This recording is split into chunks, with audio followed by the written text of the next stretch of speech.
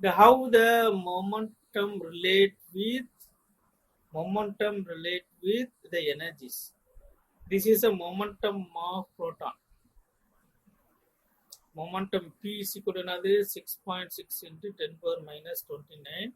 The frequency கேட்குறான் frequency கேட்குறான். இப்போ மொமெண்ட் ஃப்ரீக்குவென்சியை ரிலேட் பண்ணி நமக்கு என்ன ஃபார்முலா இருக்கிறது? Energy moment momentum lambda, so momentum is equal to h into frequency by c.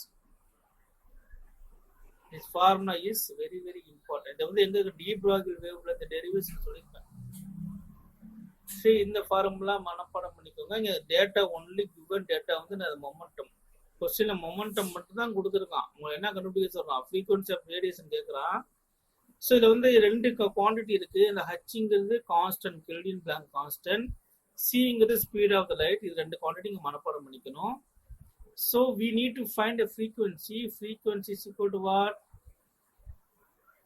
P into C divided by Kelvin Planck constant. The moment is 6.6 10 power minus 29. Unit ரொம்ப முக்கியமா kilogram metres per second.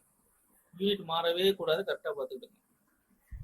What is the speed of light? 3 into 10 power 8 divided by, sorry, frequency. This is correct தானே? C தானே இங்கே எடுத்துக்கோ, correct தான். What is a Kelvin Planck constant? This value H value என்னவா இருக்கும்?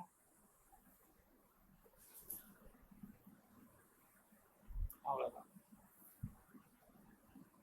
இதோட unit எது இருக்குன்னா ஜூல்ஸ் செகண்ட்ல வரும்னு நினைக்கிறேன். Joules second. Okay. 6.6 6.6 cancel out, remaining 3 இருக்கு.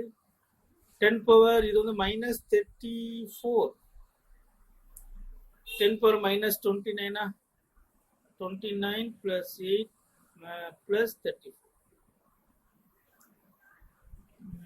34 எவ்வளோ வருது? 34 32 தெரியல. 34 8 எவ்வளோ? 42 29 3